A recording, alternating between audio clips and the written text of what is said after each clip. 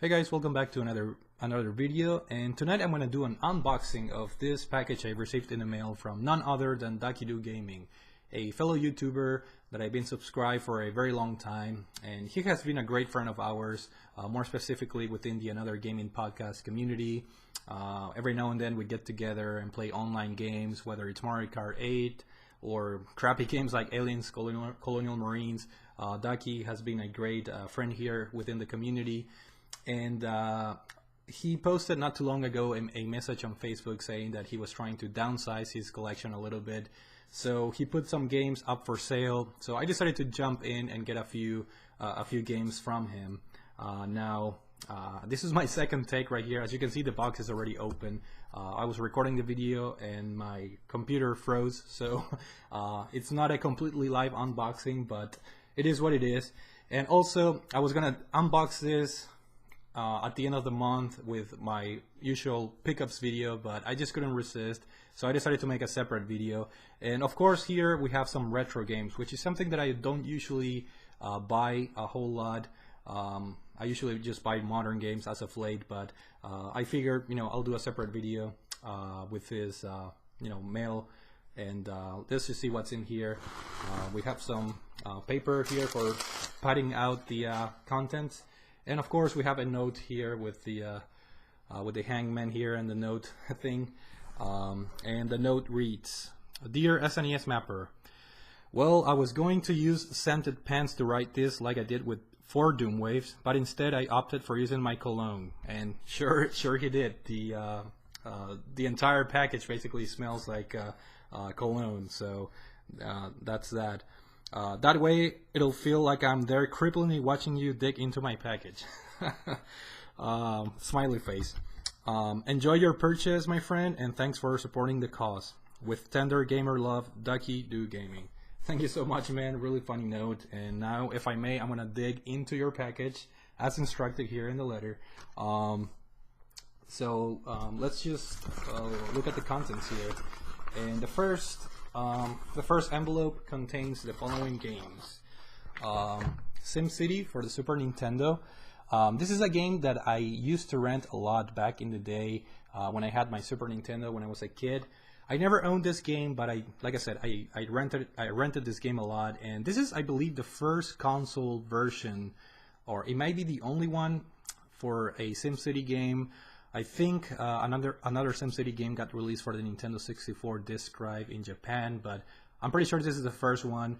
And for being an old version of SimCity, it's actually pretty fun and pretty well made, in my opinion. It's one of the early Super Nintendo titles, but nevertheless a very fun game. So I decided to get that to add to my collection. The next game is a game I already own, and that game is Star Fox for the Super Nintendo, obviously. And this is a game that I actually have the box and the manual and pretty much everything, but I lost my cartridge. The box is at my parents' house. That's where all my Super Nintendo and Nintendo 64 games are. But I'm glad to have the cart again, so that way I have a complete copy now. And the cart is in pretty good condition. And of course, Star Fox, it's one of the most influential games for the Super Nintendo. It was the first game to have the FX chip embedded into it. So great graphics for the time, and a great game, obviously. And last but not least, for the Super Nintendo, we have Top Gear, which is one of the most popular racing games for the system.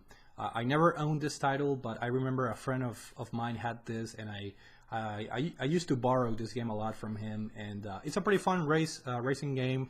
Definitely one of the best and more fun titles for the Super Nintendo. So kind of happy to have this in my collection. And now we're gonna look at the second envelope, which contains Nintendo 64 games, and it's a pretty big envelope, as you can see.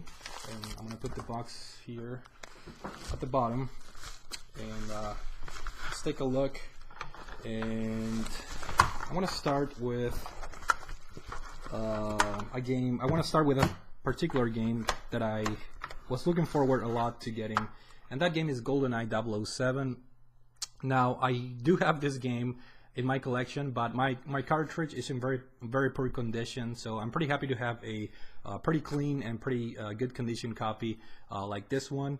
And in my opinion, this is the most influential console first-person shooter game ever. I know a lot of people are gonna disagree with me. A lot of people think that Halo is, but in my opinion, GoldenEye 007 set the standard for console first-person shooters.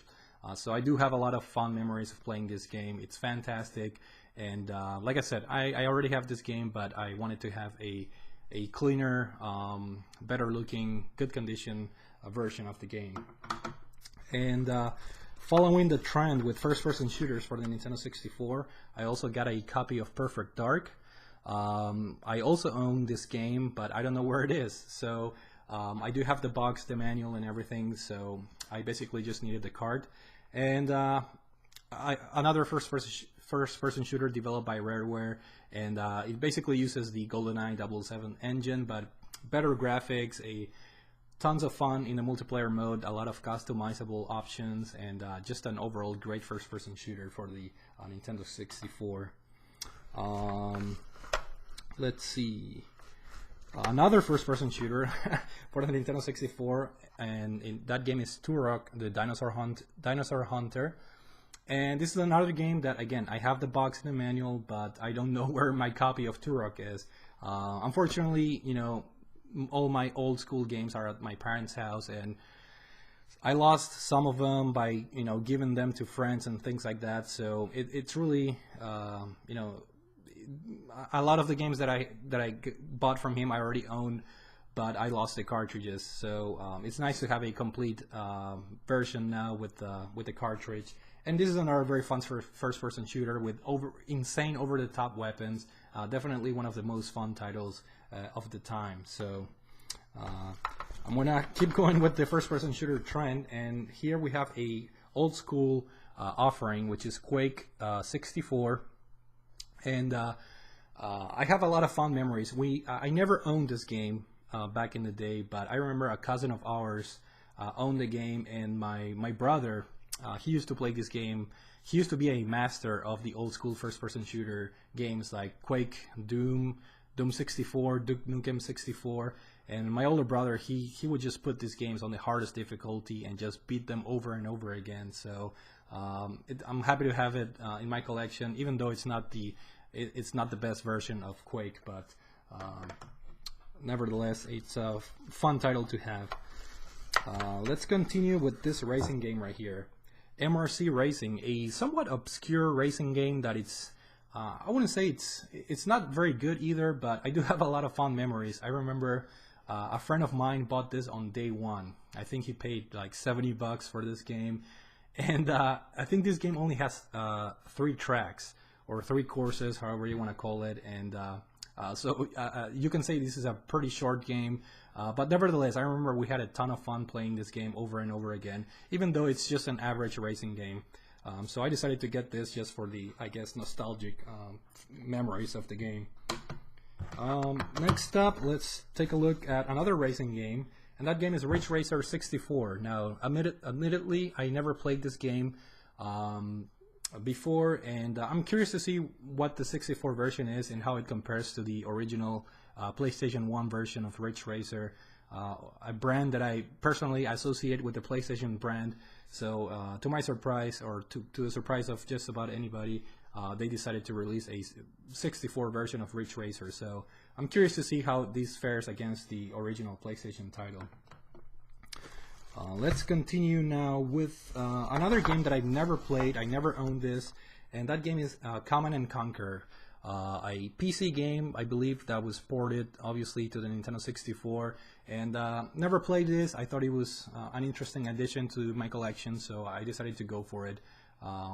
And I really don't know too much about the Nintendo 64 version of this game, so that's that. And lastly but not least, we have 3 sports titles, but they're good sports titles. First of which is International Superstar Soccer 64.